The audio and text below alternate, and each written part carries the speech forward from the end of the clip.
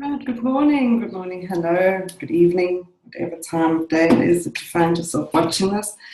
For those of you who don't know, my name is Taryn from Surrender to Your Soul, and welcome to the reading for December. So I do have a confession to make. It's actually Monday morning, the 4th of December right now. I really want to normally do these readings on the 1st, but I found this time on Friday, particularly on the 1st, I just didn't feel like I was resonating with doing the reading, to be honest. I just couldn't find the energy for it, and I kept getting this message to wait, and I had to really convince my ego that even though the process was the 1st of December, well, you know, my spirit was telling me to wait, and I now realize what the waiting was about. I had the most magical transformational weekend with the full moon energy of last night being the 3rd of December.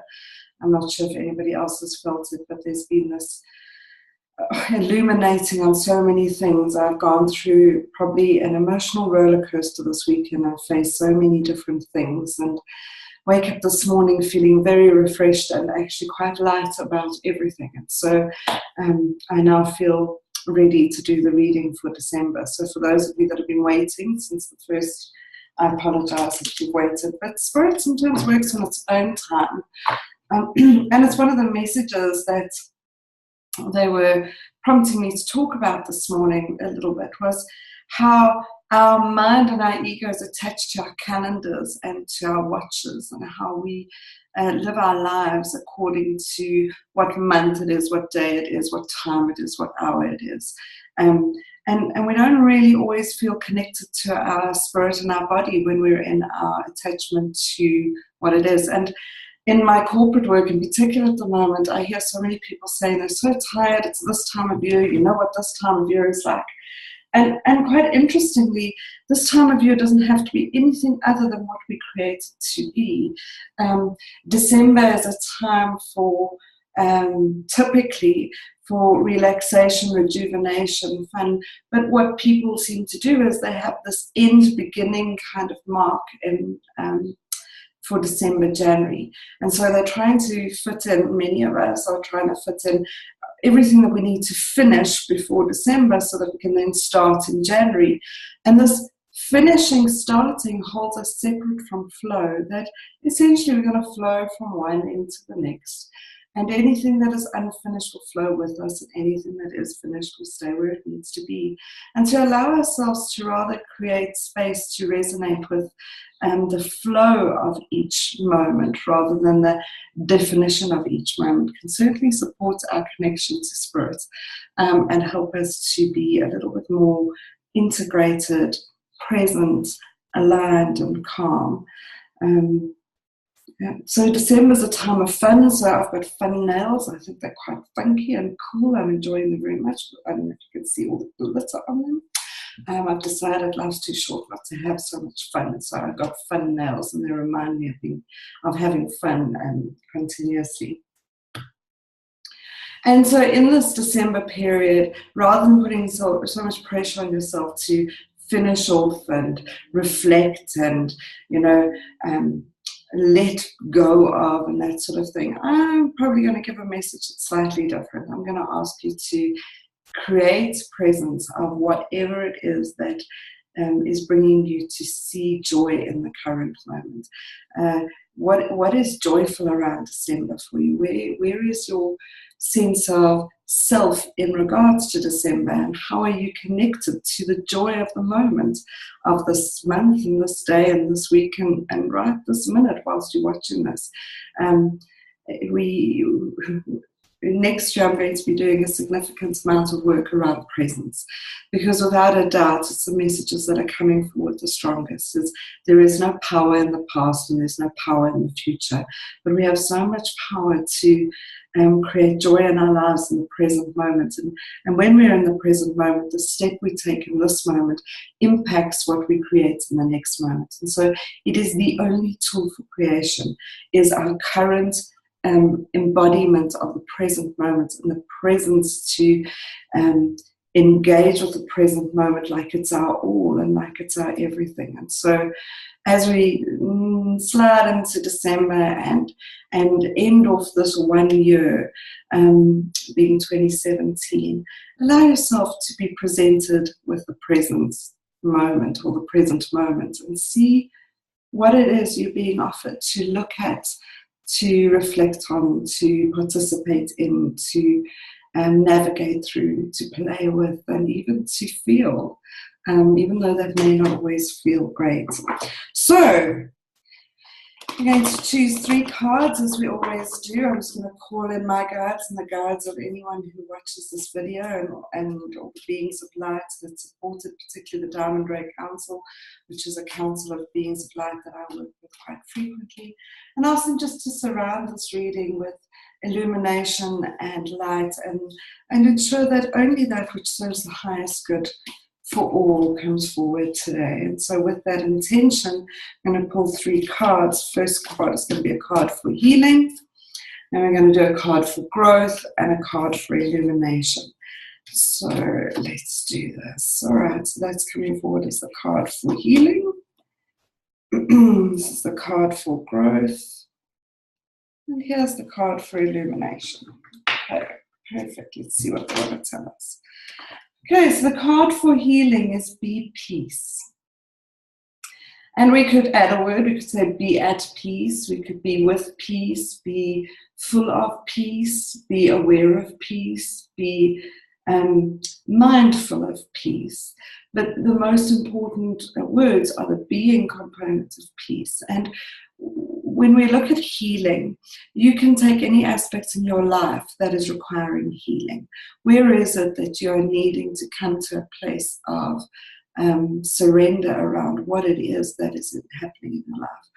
Whether this is a physical healing or an emotional healing or a mental healing or spiritual healing, is how do we create the awareness of being at peace?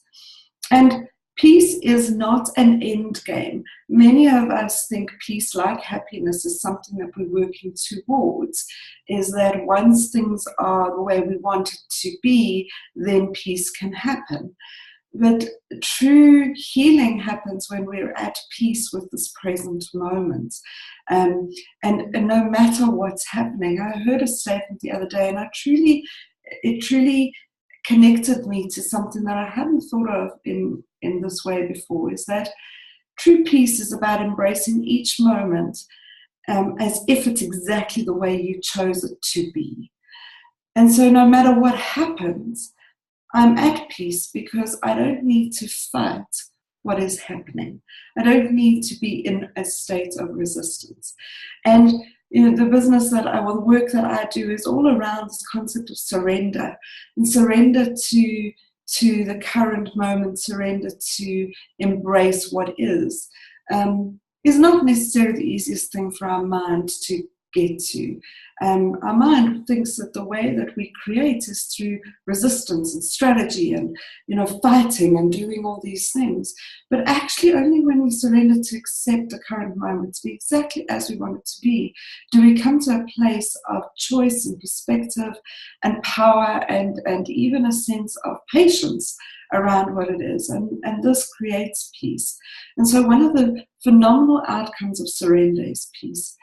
Now, to accept the current moment, to be at peace with it, or to accept what is happening in your world as if you chose it, as if it's exactly what you needed, what you wanted, what you anticipated to be experiencing, does not mean it's all wonderful all the time.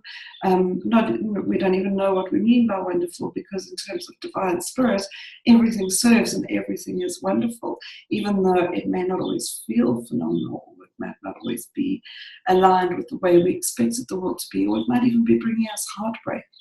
But peace is this essence. It's a sense of stillness and a sense of willingness to embrace what is on offer for me in this current moment.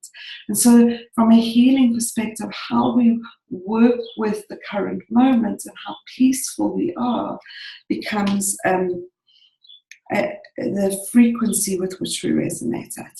And the world is so desperate and in need of peace at this point in time. I'm sure some of you have heard me say this before, and so I apologize if you have, but they're showing it to me again because it's such an important message. The time that we're in, the time where the world is shifting consciousness, we're in a shift from power to love. And to share peace in the world, we need to stop the wars. We need to stop, firstly, the inner war, so that we can be at peace with our body, at peace with our heart, at peace with our mind, and at peace with our spirit.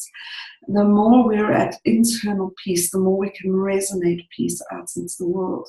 And so whatever you are fighting, maybe you're fighting a physical illness. I often do remote healing sessions for people that are in comas or in a state where we can't connect with them. And so I do a remote healing session where I go in and connect with their spirits and their guides. And I can't tell you how often I've got the message that, and let's imagine somebody lying in a coma, that the message they're getting from the world around them is fight. And actually what they need to do is surrender to receive and allow themselves to heal rather than fight. We don't heal by fighting. The state of fighting takes us into a resistant state. The state of allowing and receiving is a state of courage.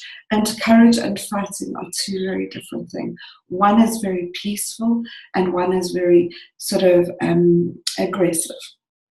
Now, I'm not saying, and there is no part of me that says, roll over and play dead and do not stand up for truth and do not stand up for what you believe in, but do that with peace, not with fight.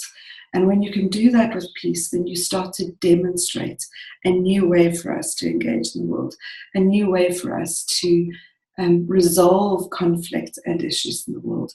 Is it can always be resolved through a peaceful energy, a peaceful resonance.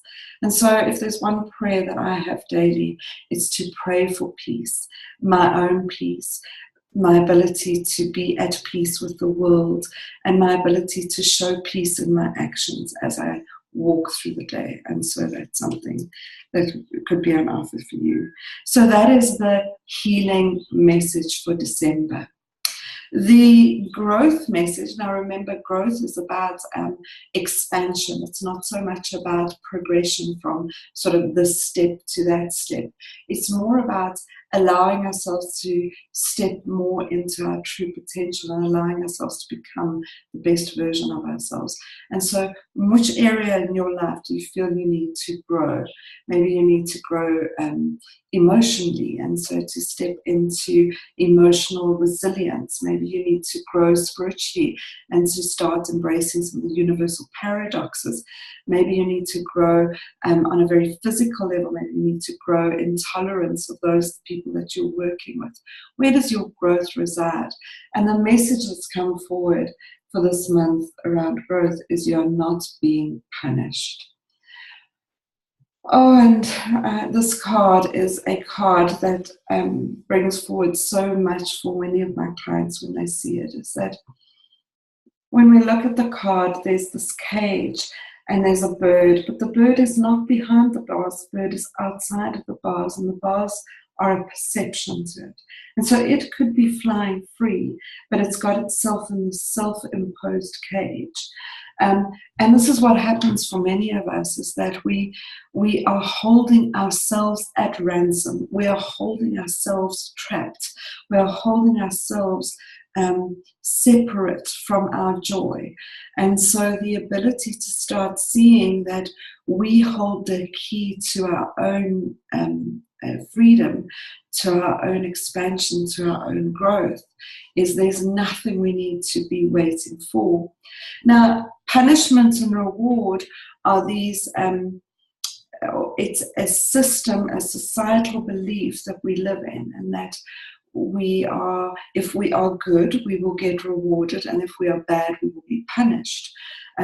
from a religious context, when we look at this from where it's come from in history, is very much from this God-fearing principle of there is a God that's a bit like a big brother sitting there watching us and saying, if you are good, I will reward you, and if you are bad, I will punish you. And so we live in fear of this divine God. And this is a little bit weird because, well, certainly for me, because it's in direct contradiction with the concept of an unconditionally loving God. And so the messages I get from Spirit frequently is there is no reward and there is no punishment. There is just love and opportunity for growth.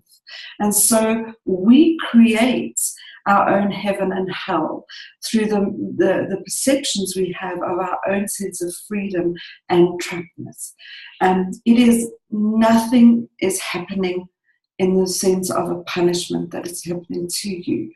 Does it mean that the universe does not conspire to give us opportunities for our own expansion and growth? They do. We often face some pretty difficult stuff in our life. It's inevitable. And in each of these moments, we get a profound opportunity for growth. What is on offer? What is the gift that is being offered at that point in time? And so when we can release the why me, why is this happening to me, I'm trying to be so good, I'm doing all my work, I'm meditating, all these things, why doesn't God just give me the money, why doesn't God just give me the partner I desire, or the divine or the universe, or whichever word you want to use. Clearly there's something wrong with me. And then we introduce karma, and karma spoken about again is do good and good will happen to you, do bad and bad will happen to you. And we have now fear of past lives, that I must have been a terrible person in my past life for me to be experiencing this. None of this resonates as truth when Spirit gives messages forward to people. There is always something on offer, and everything serves, and there's an opportunity just behind the bars of self-imposed pain or self-imposed stuckness that we have created for ourselves. And so the message for growth this month is about what are you attaching meaning to that is related to being punished or wanting to be rewarded, so that you can free yourself to say, what's on offer? What's the opportunity I have for my own growth here? What is it I can learn? What is it I can expand into? And pray for that, ask for that, get guidance for that. The serenity prayer, the courage to accept what is, and to know the difference between what you can control and what you can't control is a very big part of this message. But there is no one, not a single soul on earth, that is being more rewarded than any other soul. There is only opportunity, and we punish ourselves more than anyone else does. So that's the card for growth. And then the card for, it's one of my favorite cards, a card for illumination. So illumination is about how we bring more light to earth for ourselves and for the planet. And so obviously we need to heal and we need to grow. And so the first two cards help conspire and co-create to this. But the third card is the one around how we or the card for illumination. And this card is your dreams are calling you forward. It is honestly one of my favorite cards, not only from the perspective of the message, the picture, the colors, everything is inspirational for me. But it's the card of desire, it's the card of destiny, it's the card of allowing our dreams to manifest into reality. And when I'm talking about dreams here, we can obviously talk about dreams we have when we are asleep. But I'm talking more about the dreams we have when we allow ourselves to just imagine the life we want to live. Whether this is your dream around financial freedom, or your dreams around intimacy and love, or your dreams around creativity, the dreams around the work you have, the dreams around your contribution to your life and to the planet, the dreams you have about your family, the dreams you have about exploring and adventure and travel, the dreams you have about the legacy of work that you want to create, the dreams you have around the kinds of relationships you participate in many ways. These dreams are calling you forward, and when we allow ourselves to just get immersed in the feeling of the dream, we then have the ability to step into that frequency. And when we live our lives as if we are living the life of our dreams, we start to create it. Now, the caveat to that is that we need to face the reality of our current life too. And this is the ultimate paradox. And Abraham Hicks talks about this in so many ways, and you can listen to her work if you want to, is that to live in the frequency of your dreams while you face the reality of your life at this point in time. When you can do these together. So let me give you a practical example. If you are dreaming of being in a relationship, and at this current point in time, you are not in a relationship, the current reality is one where you're feeling maybe sad or lonely or insecure. Or, I'm not saying everybody who's alone feels like that. I'm talking about it in a specific context.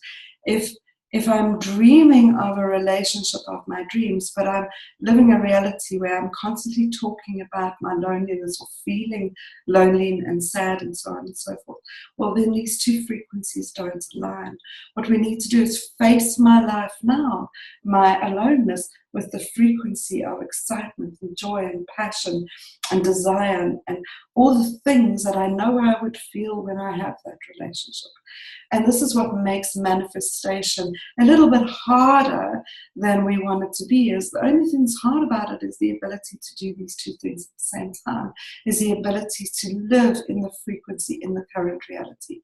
So it's not a delusional reality. It's not about pretending the current reality doesn't exist. It's about bringing your desired frequency of what you want to your current state and living in the current reality with that energy within you. And then we start to manifest it, we co-create it, and we start to embrace it. And so your dreams are calling you forward. And what a beautiful time as we now, and we do this beautiful thing in December of ending, and then we get this New Year's resolutions in January. And my hope and what the guides are prompting me to share with you is, please don't write your New Year's resolutions as a list of goals and tasks, things that you want to do. Rather, step into the dream of your life and make it rich and sensory, as if you had to write a story to yourself of what you want your life to be like in the next year. With the sensory overload of it, is that as I wake in the morning, I smell the coffee brewing and the dogs come tapping down, what's the word I'm looking for? I can hear them coming down the passage, and I feel them jump on the bed and they snuggle into me as I hear my children wake up. This sort of sensory kind of dreaming brings the frequency of joy. And so my encouragement to you is, rather than writing yourself a list of New Year's resolutions, is write your dream for 2018. What entices you? What is calling you into 2018? What is the dream for your life? With that, I'm going to end it here. I'm going to send you all so much love. If you celebrate Christmas, well then Merry Christmas. If not, Happy Holidays and all the good statements that go with that. More important than anything is enjoy this time learning about you and the people around you, and you get to celebrate so many different aspects of yourself in this month. And I will see you in January. For those of you that are still interested in the courses that are happening next year, the Setting Your Soul Compass in January, I think I've got 3 spots left for the 27th. And then we've got 2 really magical programs that are currently on offer. There's a whole lot of others that are coming shortly. The one is the Sacred Geometry course. If you feel called to connect with sacred geometry and draw them and use mandalas as energy healing tools, this is a course of magic more than anything. And then Lifting the Veil for 2018, there's still a couple of places there. A really amazing program to go through to connect with spirit and learn how to work with spirit. So I look forward to seeing you all in my new space that's coming forward in 2018. I've hired a new venue to set up for all the workshops I'm going to be running, and so excited about that. So I look forward to seeing you there. Otherwise, sending you so much love, peace, and joy. Namaste.